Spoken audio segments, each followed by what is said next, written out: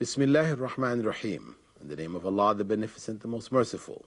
We'd like to welcome you, dear viewers, to our program, Contemporary Issues, in which we like to examine some of the new issues which are in people's minds, in their thoughts, in the newspapers, etc., today. What do we do as Muslims? Or what is the Islamic position on this? Or does Islam have a position? And as we've pointed out in many programs, Islam has a position. It's from God. There's guidance in it regarding everything. Human beings cannot bring anything into this world wherein there is not some guidance from Islam addressing it. The issues we're going to look at first today is that of euthanasia. Following that, we will also look at the issues of the aliens. Euthanasia, which really is a Greek word, which means literally a good death. A good death. And it has been defined as the act of killing a person for reasons of mercy. And because of that, they call it also mercy killing. Your relative, your husband or your wife, they're suffering in some disease or whatever, put them out of their suffering, just like we have animals. When a horse breaks its leg or whatever, some animal hurts itself in such a way, they put it out of its misery, just kill it. So similarly, your wife, your son, your whatever, relative, your good friend, they're suffering. There doesn't seem to be an end to their suffering. Okay. Inject something, kill them, or withhold water from them or food or whatever, let them starve and die. So the mercy killing can be either active or passive. Active meaning you inject something in them, you actually do something to kill them, shoot them or whatever, or you do it passively, that is, they need such and such to continue to survive and you don't provide it for them. Now, the supporters of euthanasia basically argue that it gives relief from pain and suffering. Furthermore, it emerges from the human right to control their own lives and then die with dignity. They also argue that by ending the life of a hopeless case, another's life in need of an organ could be saved. Sounds good. That sounds good.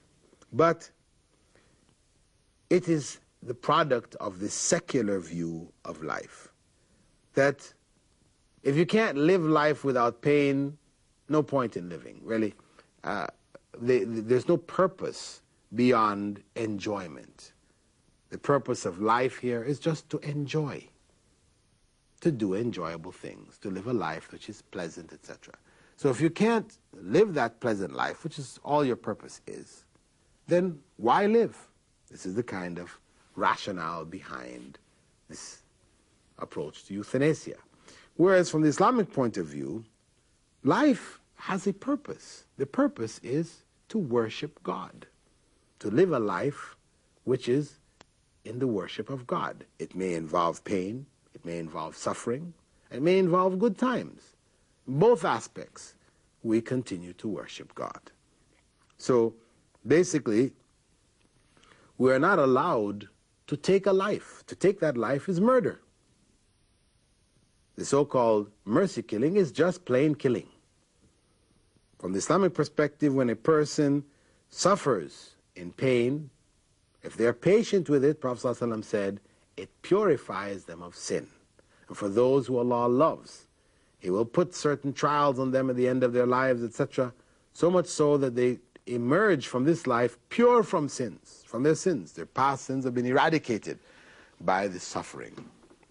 It's a general principle. Prophet ﷺ said that the believer,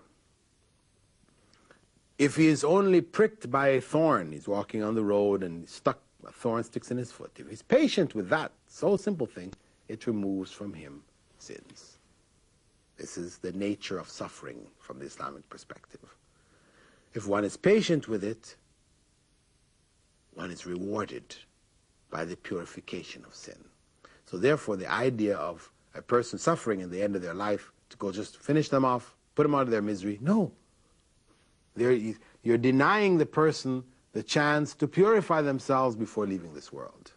So from the Islamic perspective, we encourage them to be patient, to hang in there, remember Allah, and it is good for them. Right? Even wishing for death, Prophet ﷺ forbade it. They don't wish for death. Not allowed. If you really feel, in such dire straits you need to express something of this nature, the only thing you're allowed to say is, "Oh Allah, if living is better for me, let me live. But if dying is better for me, then let me die." That's all. You're still leaving the affair to Allah. But to say, "Allah, let me die, I can't stand this life anymore," this is forbidden. Not allowed in Islam. Now, the other topic which I mentioned was that of aliens. Of course, this has become, very, very popular today, whether it's in the X-Files or in the various other programs that have developed, talking about alien life. You have the Star Trek series and all these different things, all focusing on human beings living in a universe loaded with other beings that are their equivalents and sometimes greater than them, because they believe life could have evolved elsewhere. So you have millions and millions of dollars spent on the SETI program, which is the search for extraterrestrial intelligence, where they've set up these huge, electronic telescopes in islands in the Pacific and in islands in the West Indies, etc., listening, pointing to the heavens, listening in. And more are being set up. They want to hear, they're waiting for some alien being to finally make contact. They've been doing it for years. Millions have been spent, time, hour, energy, and all this kind of stuff which could have been used to benefit human beings here on the earth. But instead, no, they are driven by this desire to make this contact. So much so they couldn't do it. They made a movie called Contact, which is about one of these programs, these SETI programs, where people are listening in. Finally, they heard it, and they got some, plans for some spacecraft which will take them out to the universe. A set of nonsense. Anyway, the point is that that's the only place that it's going to happen in the movies.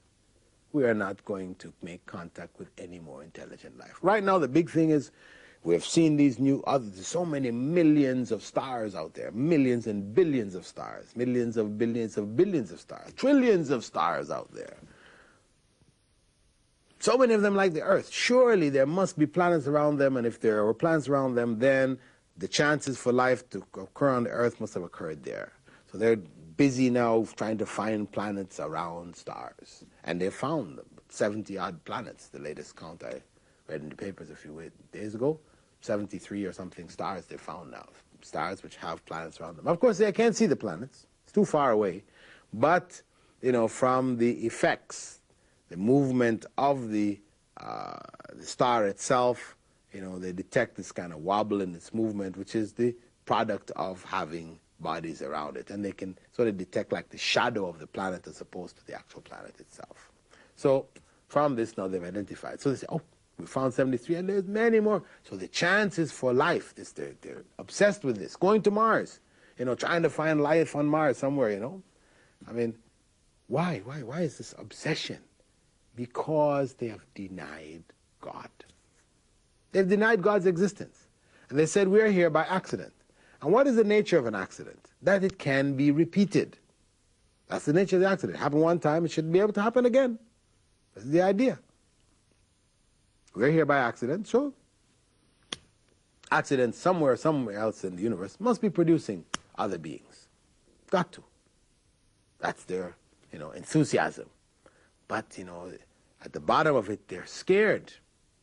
We are, in fact, alone in this universe.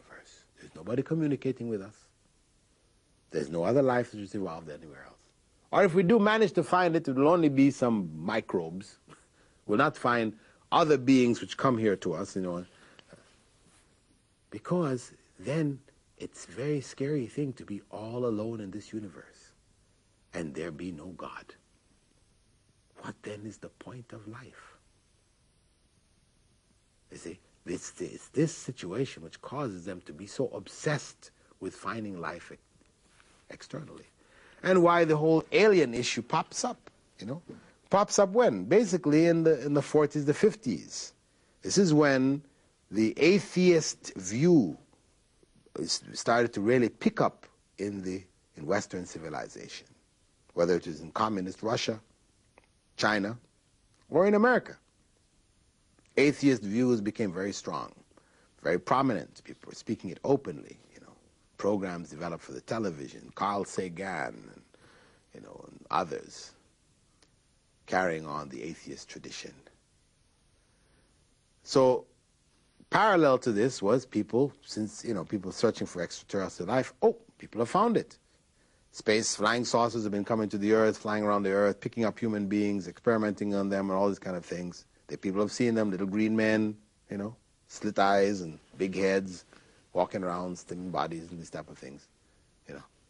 This is a common phenomena. Well, if there is a reality to it, to the UFOs, because much of the sightings and all these kind of things can be explained away. Natural phenomena, fakery, all kinds of things. But there is an element which there really doesn't seem to be any explanation for. Okay. We'll say that some people actually saw what appeared to them to be alien beings. What was it? What did they see, really? Is it really alien life? No, it's not alien life. If anything, this is from the world of the jinn. The parallel beings that have a choice, just like human beings, that live along with us in this world. These beings have been called a variety of different names in different societies. They have appeared amongst the people, and they've been referred to as fairies, leprechauns, demons, spirits, a variety of different things, names have been given to them. But this other parallel world to us is something which all human societies recognize, but they've given it a variety of different names. In Islam, it's clearly defined. They're referred to as the jinn. Not the genie in the lamp that we see from, Aladdin, rubbing the lamp and the genie pops up and you have 3 wishes, master, whatever, this type of thing. This is a distortion of the idea of the jinn, that they can take forms. And those, of course, they interfere with our world. And it is the evil amongst them who do so, because among them are believers and among them are disbelievers. The evil amongst them, and Satan is from that world. The evil amongst them seeks to draw human beings into disbelief, corruption, idol worship, and a variety of other things. So, if there were, in fact, real sightings, then it is from the world of the jinn, because it confirms for people their belief that they're not alone in the universe. Super intelligent beings have come here. Maybe they're responsible for the inexplicable developments in various societies, whether it's the building of the pyramids or the Aztec temples in Central America, or a variety of structures around the world which they can't seem to find explanation where did and how these people did these things. The alien theory is the easy explanation. And actually it has become a sort of replacement for religion. People, the idea of, it gives importance again to human beings. So the idea of beings coming from galaxies, traveling light years through the galaxy to come to the Earth, to circle the Earth, and to curious about the people on the Earth, taking them up into their space crafts and checking them out, etc. It gives us again a sense of importance in the universe, without which, once people denied God's existence, then we became nothing, just a nothing, having no purpose, no nothing. That vacuum that people then felt was filled by the idea of the aliens.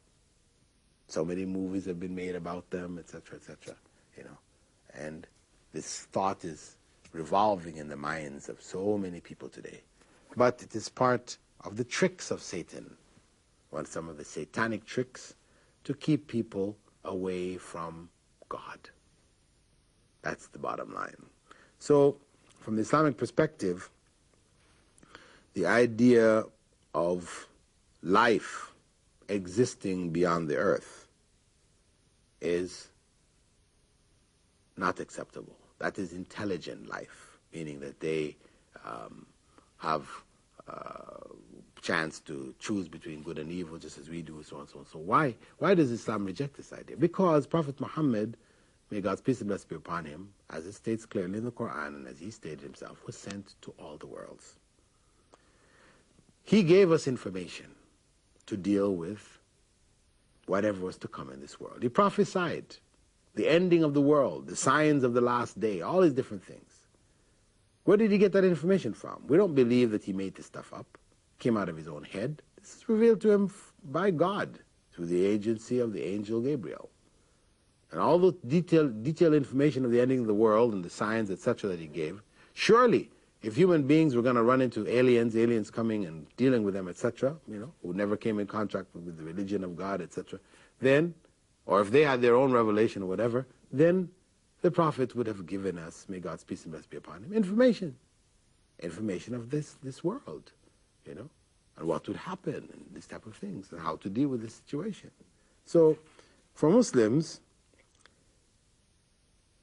this is unacceptable. That there may be some other form of microbial life, on a level of microbes, cells and so on and so. It's quite possible. Plant life, these kind of things. But other intelligent human beings, no. This is unacceptable. So the whole alien theory, alien beliefs, which are based on denial of God, Islam rejects totally. In its place, our system is focused on God, is based on God, belief that there is a God, that we are created here with a purpose. Yes, there are quote-unquote alien beings that do exist in this world along with us. This is the world of the jinn, invisible to us for most parts, but sometimes some elements among them do become visible in different forms. In our world, they do interfere, they appear as visions, etc. They might even enter into the idols of the idol worshippers, the phenomena which happened here about 3 years ago, and all in different parts of the world, in India, etc., where the elephant head god of the Hindus, Ganesh, started to drink milk, appeared to be drinking milk all over the place. What was happening here? How did that happen? Scientists tried to explain it as capillary action and all this kind of stuff in the stone, but this was rejected. No explanation for it.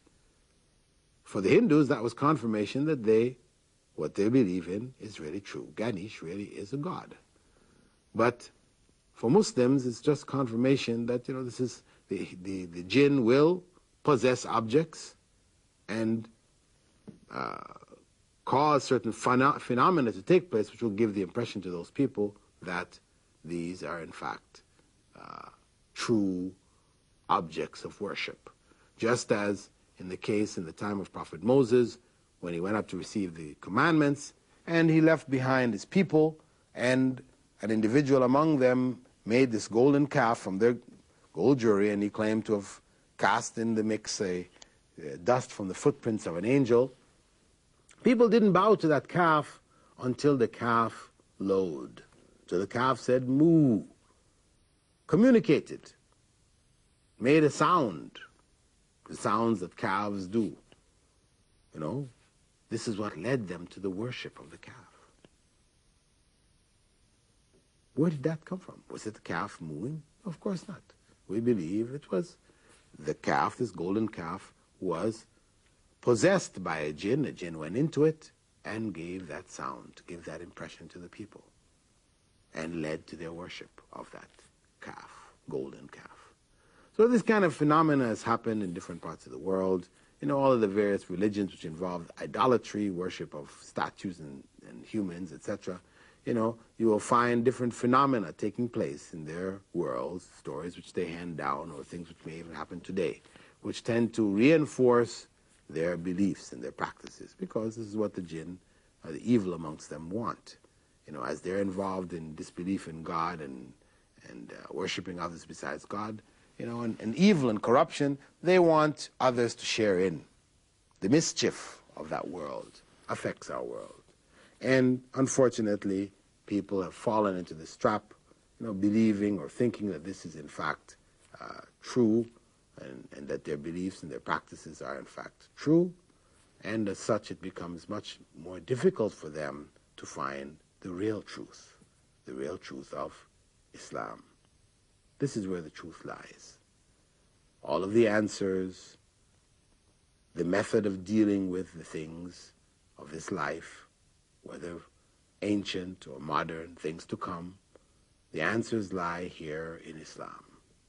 Islam, the religion of God, which encompasses all things, because it is ultimately from God. It is a religion of reason,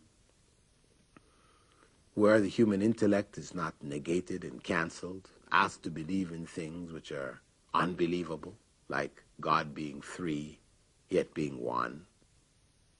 You know, this is nonsense. This is confusion.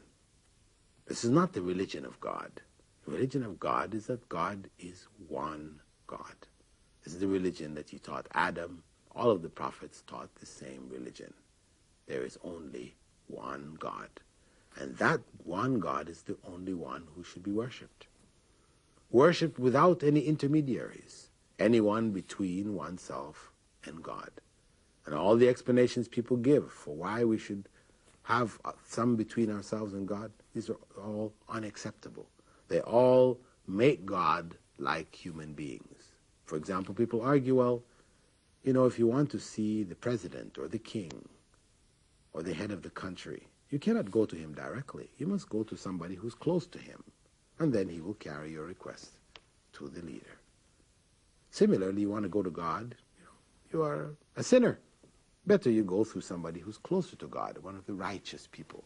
So it becomes an intermediary. This way we have intermediaries between human beings and God.